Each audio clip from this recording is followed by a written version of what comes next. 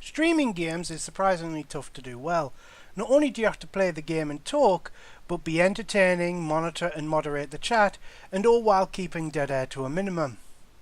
Even a Let's Play can be tough to do well, assuming you're recording in one take, as the whole thing about being entertaining and interesting while playing a game and avoiding dead air is still in effect. Though you could record the footage and then put scripted voice lines over the top later, though that would take a lot of time in editing and recording and writing and whatnot. Not to mention that staging reactions to things can come across as artificial. And yet, despite this high-wire act being impressive when done well, I can't help but get annoyed when streamers play a game badly. Darkside Phil of This Is How You Don't Play fame is a great example of what I mean. Stupid, short-tempered and rude, and yet he makes a living off playing games badly. The most common problem is impatience. It's annoying to watch someone spend 8 minutes trying and failing to kill a few bad guys in a room, all because they won't spend 3 seconds to reload their primary weapon and keep trying to storm the room with a half-empty pistol. Or skipping guides, briefings and tutorials, then fumbling around for 5 minutes before giving up because they don't know what to do.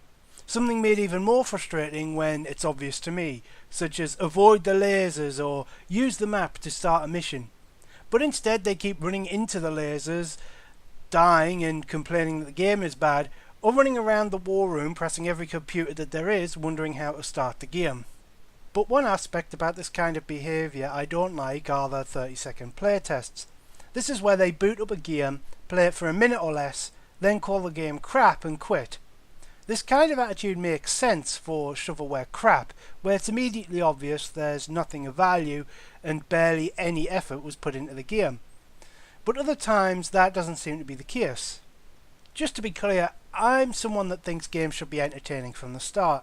I don't like it when people defend bad RPGs by saying, "Oh, it gets good 20 hours in," not only because it sounds like a textbook definition of the sunk costs fallacy, but because I could play an entire XCOM campaign in 8 to 10 hours and have it be fun from the start. Why would I play a game for a length of 2 entire campaigns on the off chance that it might get good later on? Also, these RPGs are often simple, not some kind of mechanically complex game that requires 20 hours to fully explain the mechanics.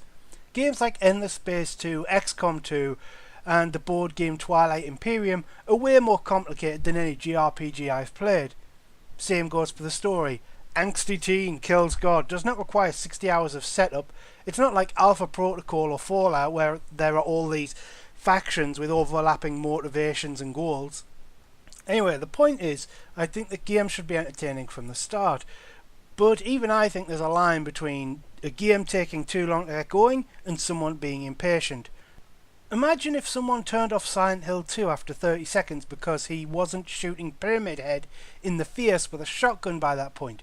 Or someone saying Gran Turismo is crap because after one race he didn't have the best car in the game. It's one thing to keep the show going and not bog it down with unnecessary crap. It's entirely another to drag a show down and blame it on the game because you're too impatient to take 5 seconds to read some text or do some basic preparations. And that's if we're being nice. The alternative is that streamers think the audience will leave if it's not constant action, or they are playing up how inept they are for views. Either option is an insult. Thanks for watching. Bye!